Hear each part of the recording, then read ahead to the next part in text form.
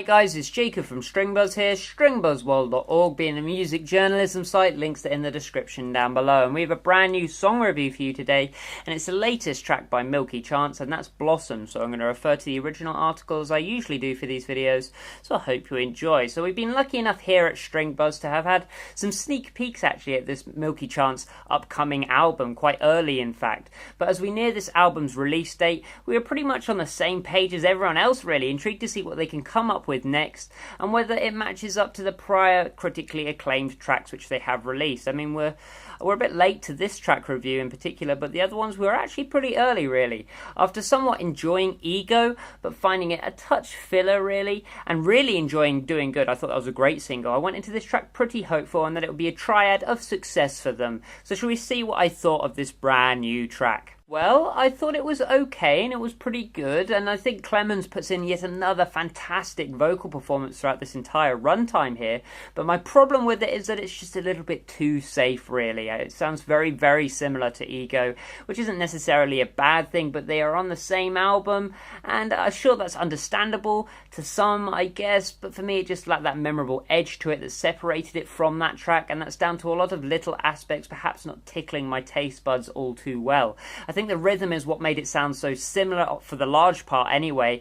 as the strumming and the drum sequence is very similar to Ego, and it did leave me a little disappointed as it did feel like a bit of a copy really. Production wise, I thought the track was fairly well mixed, and yet again I must admit I do love the dual panned vocal approach they have towards Clemens' voice. It's one of the most unique characteristics of the duo's music and their sound, and I'm glad they consistently execute it so well. It's been executed very well here as well.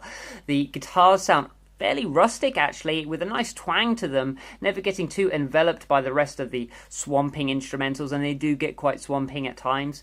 I did think the electronic tones and timbres in the mix were a little bit rushed for me though, sounding way too loud in the transitions, yet sitting quite far back during the rest of the track's runtime. It seemed like every time there was going to be a big switch into that chorus, suddenly the electronic instrumentals got really, really loud and then straight back out again. I don't know whether that was purposeful, but it just sounded a little bit odd to me.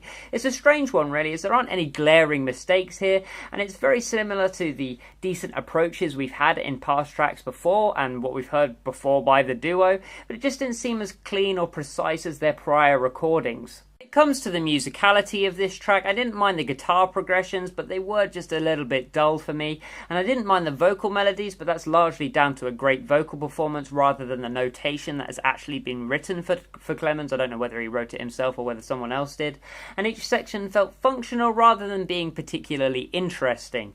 It just lacked that something different or unique about it, and it very much, yet again, felt like typical filler really, which is even more strange as it's the self-titled album track. It is the track from the album. It's what the album is named after. The bridge is fine, but it drifts through pretty identically to the rest of the track, sounding very similar to the verses, and it is severely lacking variation, I think, whether it be decoration in the second verse or just an extended melody in the chorus. It just feels a little bit repetitive and, like I said before, a bit safe for me. When you compare it to tracks like Cocoon, then you immediately notice that this track sounds a little bit rushed really, with only a couple of ideas being expressed in comparison to very fleshed out and almost anthemic instrumentals which they've had beforehand. Lyrically, this track is just as solid as usual, and I will say that Milky certainly do know how to write interesting concepts and flesh out fairly quirky metaphors.